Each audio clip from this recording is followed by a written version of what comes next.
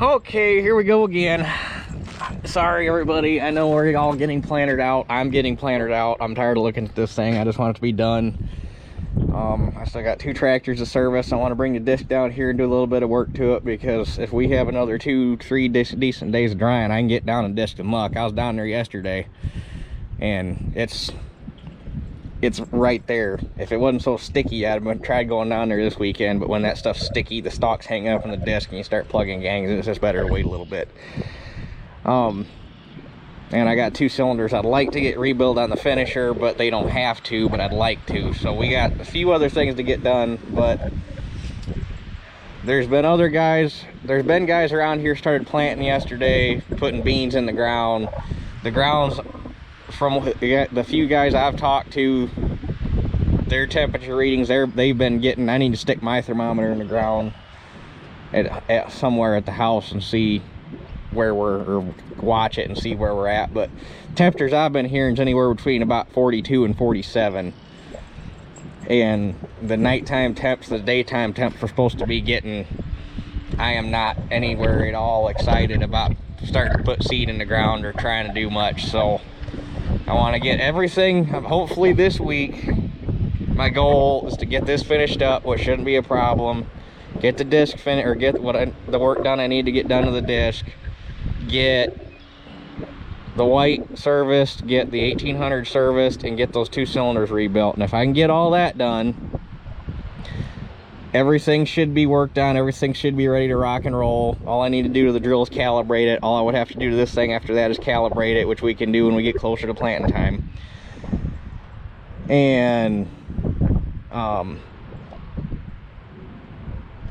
that way, when the time does come, all I gotta do is jump in a seat and go. The soil will be dry enough, everything will be warm enough. We'll be going into, we ain't got to try to work around wet holes. I can spread fertilizer and not get stuck, make any ruts. I could just, you can jump in the seat and you can go and everything's good. Because this year with fertilizer prices and the way everything is, this is not the year to be fucking around, making poor decisions, making mistakes. This is the year you got to do it right, and do it the first time, and do it one time, and just make sure it's done right. That's where I'm at this point. I don't farm enough ground to start making piss poor planting and tillage decisions. In the name of getting things done. At this point, 2nd week of May, I would be ecstatic if we can start working ground and everything.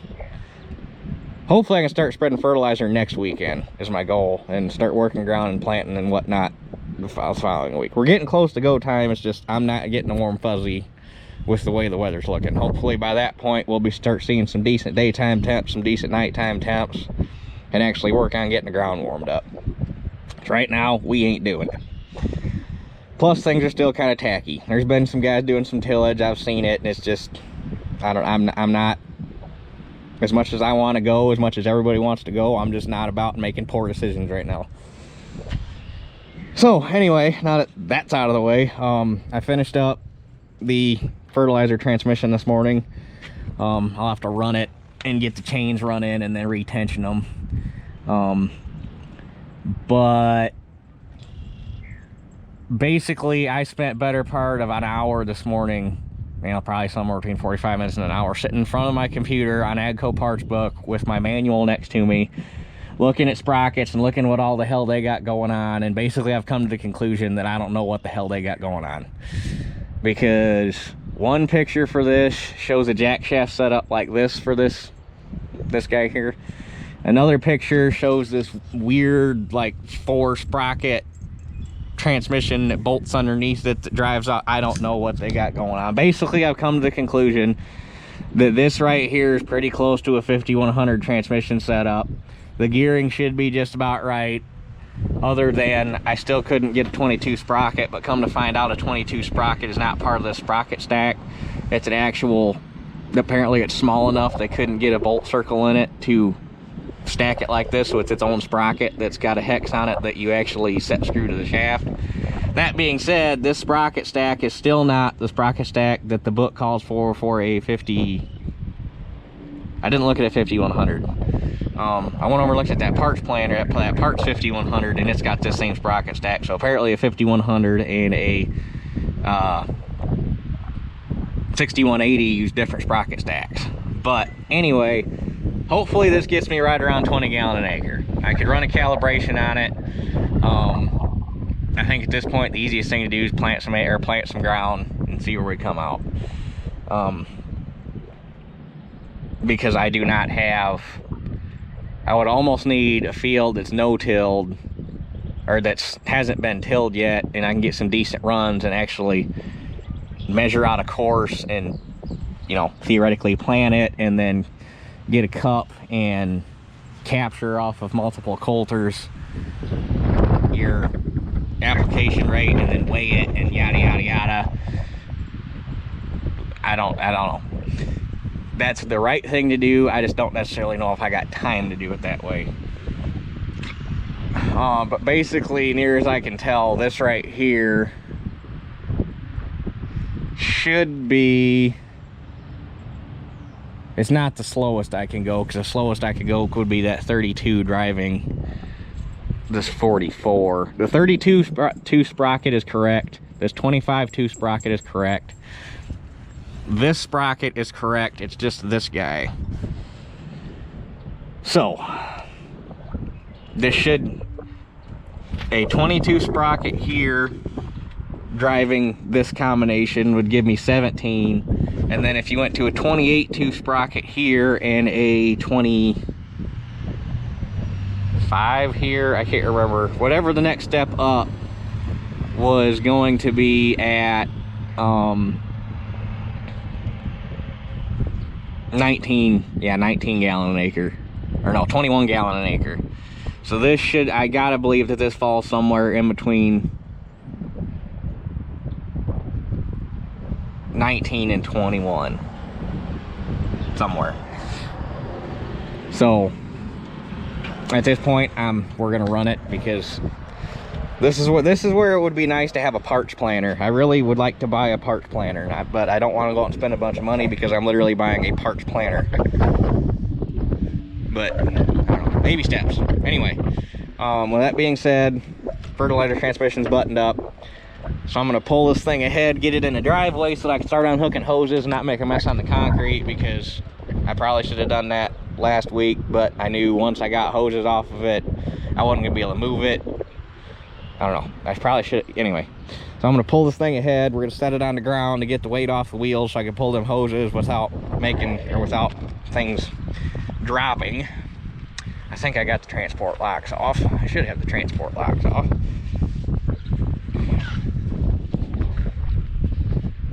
Yeah, transport locks are all off. So she'll set down.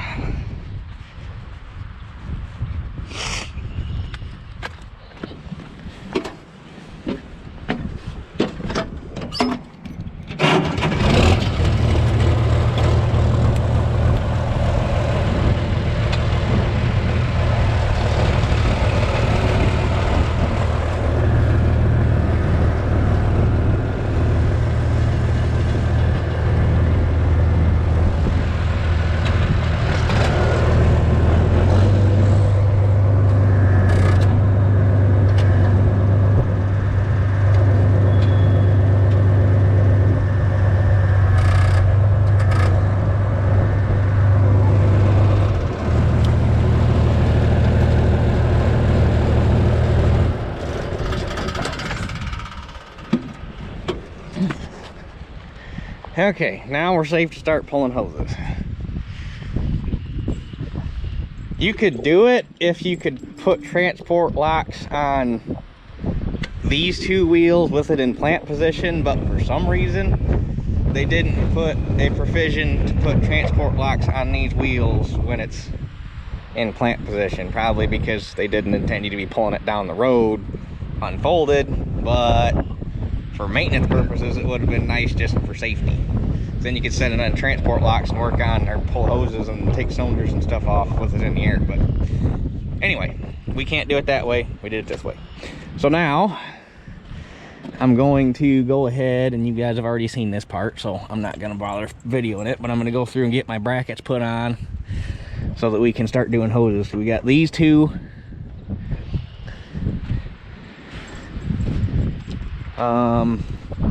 I should not have to do anything I don't know. I either got 6 or 8 hoses. It depends on if I decide to do anything with the ones that go from here to there. Okay, we had a damn rain shower come through, but I got all my clamps on, got hoses put in them so that we can start figuring out lengths. I'm gonna have to do more hoses than I thought, because since everything is too damn long now, it's so scrunched up inside this frame here, because all the hoses have to be up in the top of this teardrop, because obviously the air manifold lays in the bottom, so all the hoses have to be in the top so that the tube will fit through. And everything's so scrunched up now because it's so long, I can't get it all up where it belongs. So I'm gonna have to make these hoses for the wheel tilt cylinders, because they need to be shortened up because they're too long. I'm gonna have to remake this hose, which goes to the bottom of the main lift cylinder.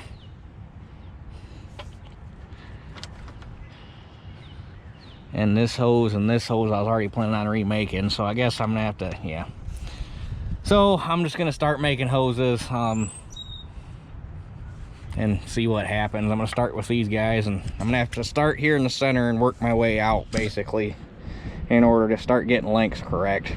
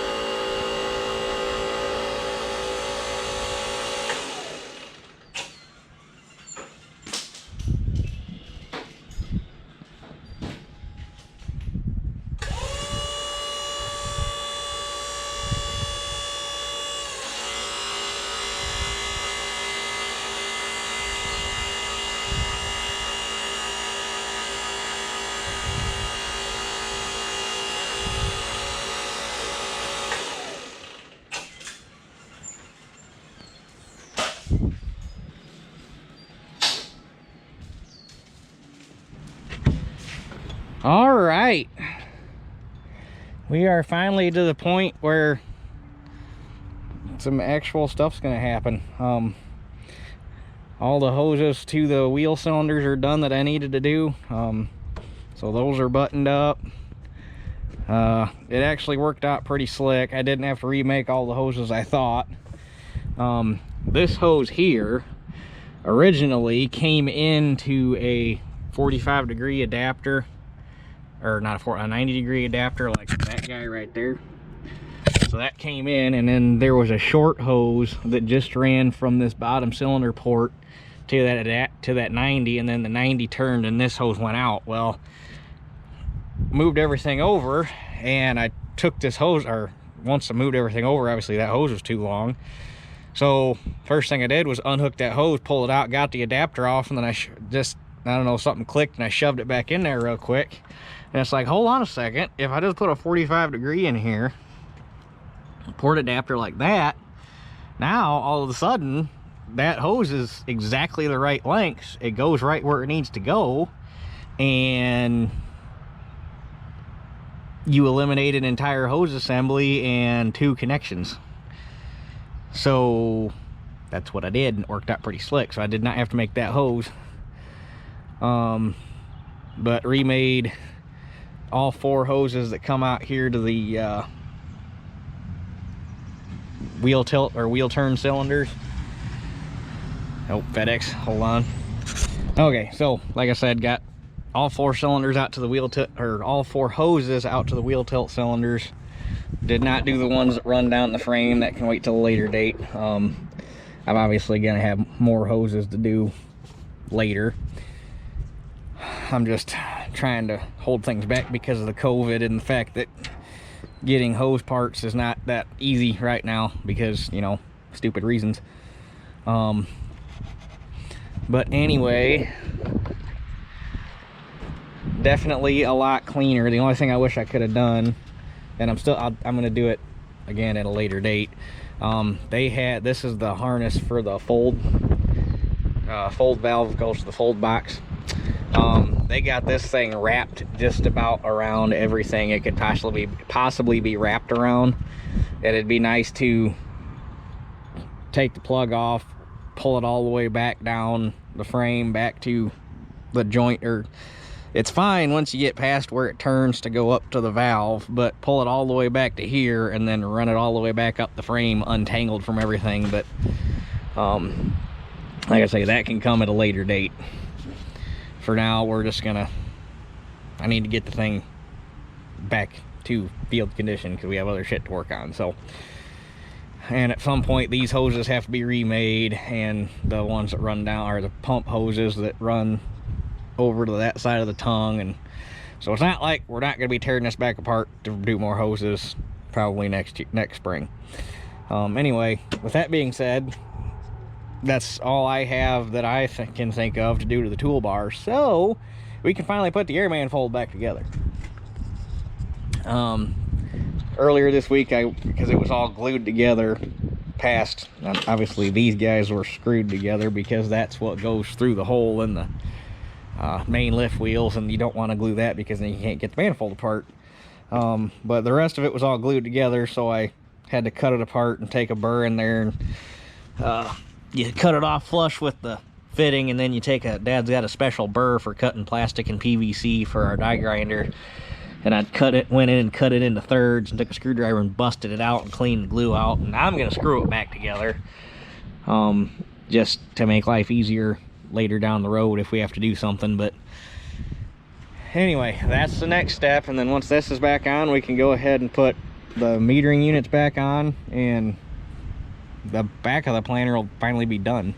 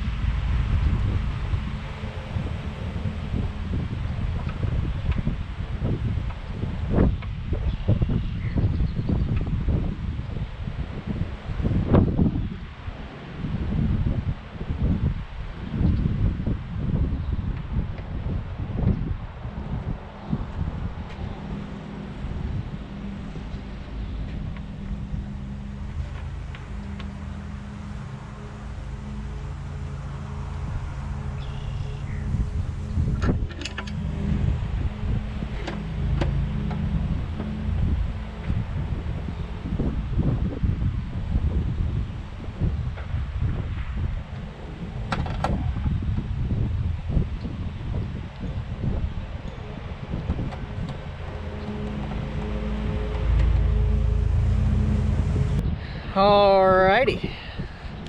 Don't mind the wind. Manifold's back on. All the meters are back on. Clutch is in. Meters are hooked into the manifold. Oh.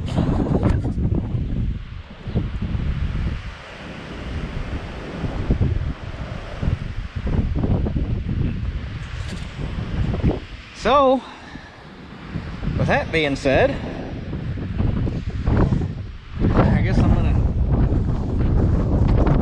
Dang, the wind really... I kid you not, like 5 minutes ago it was calm as shit. But anyway, I guess I'm gonna work on some fertilizer here. Hopefully the new bungs that I got fit the hole in the tank. Guess we'll find out here in a minute, huh? They ought to. Just before I get too gung-ho.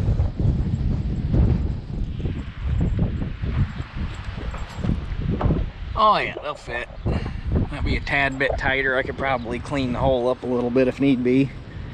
But I wanted to upsize all this to 1.25 inches. Just to make it...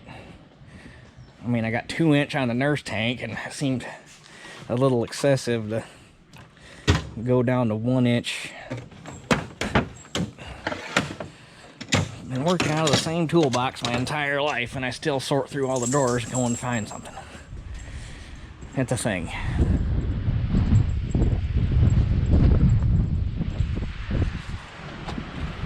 Where can I sit you? Not there. I guess we'll sit you there.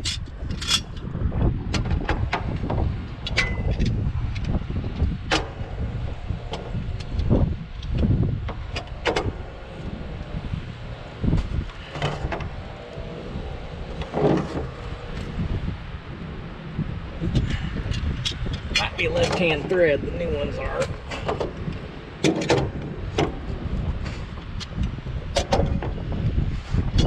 It's a lefty. Great.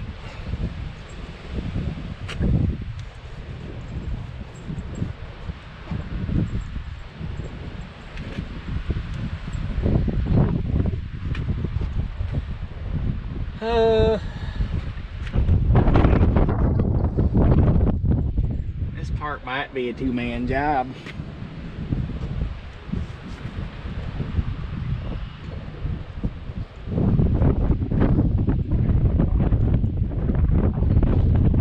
Threads in that thing are pretty rough. Alrighty. Got the new bungs in. I had to clean or open the hole up a little bit. It was literally missing by the height of the threads, so like 1/8 of an inch overall, maybe. And then got my valves in, got my T's in. I don't like how this whole thing, I was hoping to keep it further back, obviously, so that it would be more in line, but those holes were put in there with the intent that your lines were just going to come out of the tank and go straight over. Well, you got, for the plumbing it to fill through the manifold, through the line, you got to have come out and have a valve in it and everything. So, and I was hoping not to have, I didn't want these big dork valves either. I wanted the smaller ones with the little yellow, but 1.25" stuff was pretty slim at the Rural. I had to go to Rural King and TSC both to get everything I needed. I should have went up to the deer dealer because they carry banjo, but I was in a hurry. And so anyhow, I got that side and that side ready to rock and roll. And I'm going to put big or 2-inch or bigger valves here with the 2-inch coupler to plug the nurse tank into, and I got a valve so you can turn off the manifold going to the squeeze pump. That way you can fill your tanks, not push fertilizer out to the coulters. So, but that's gonna be a project for another day. Shouldn't really have too much more work left to do. All I gotta do is run this line, run those 3 to the coulters, put oil in the pump, and calibrate it. So probably another day's worth of work, but I got plans for tonight. Trying to get some evenings to just lay low and enjoy life for while I can, because we're getting up to that point where it's going to be going to work and then coming back home and going right to work. So we're getting to that point. So anyway, I guess that's it for this one. We'll catch you guys on the next one.